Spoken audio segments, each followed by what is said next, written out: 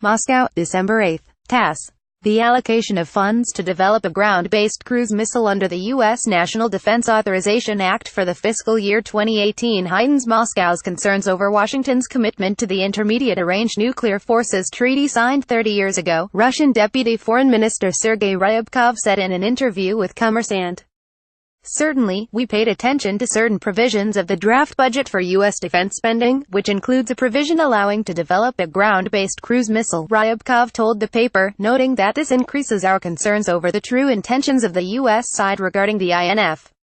Moscow notes that the wording in this document allows Washington to claim that all this is in line with the treaty and there won't be any violation during the implementation of this provision, the diplomat said.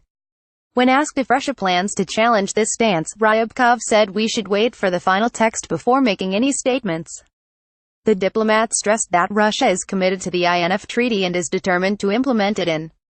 However, if the Americans take the steps aimed at violating the deal, Moscow will swiftly take tit-for-tat measures.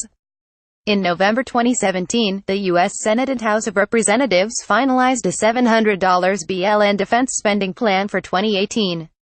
The National Defense Authorization Act allows the Pentagon to develop a non-nuclear ground-based cruise missile with a range of between 500 kilometers and 5,500 kilometers. Some $58 million is expected to be earmarked for this program. Disputes around INF Treaty. The United States first accused Russia of violating the INF Treaty back in July 2014.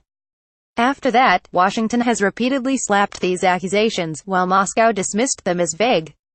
In response, Russia advanced counterclaims to the United States concerning the treaty's implementation.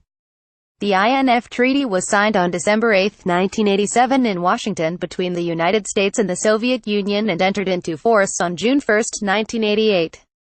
In 1992, following the collapse of the USSR, the treaty was joined by the former Soviet republics Belarus, Kazakhstan and Ukraine as successors. The INF Treaty covered deployed and non-deployed ground-based short-range missiles from 500 to 1,000 kilometers and intermediate-range missiles from 1,000 to 5,500 kilometers. In all, the former Soviet Union eliminated 1,846 missiles, while the United States 846 missiles.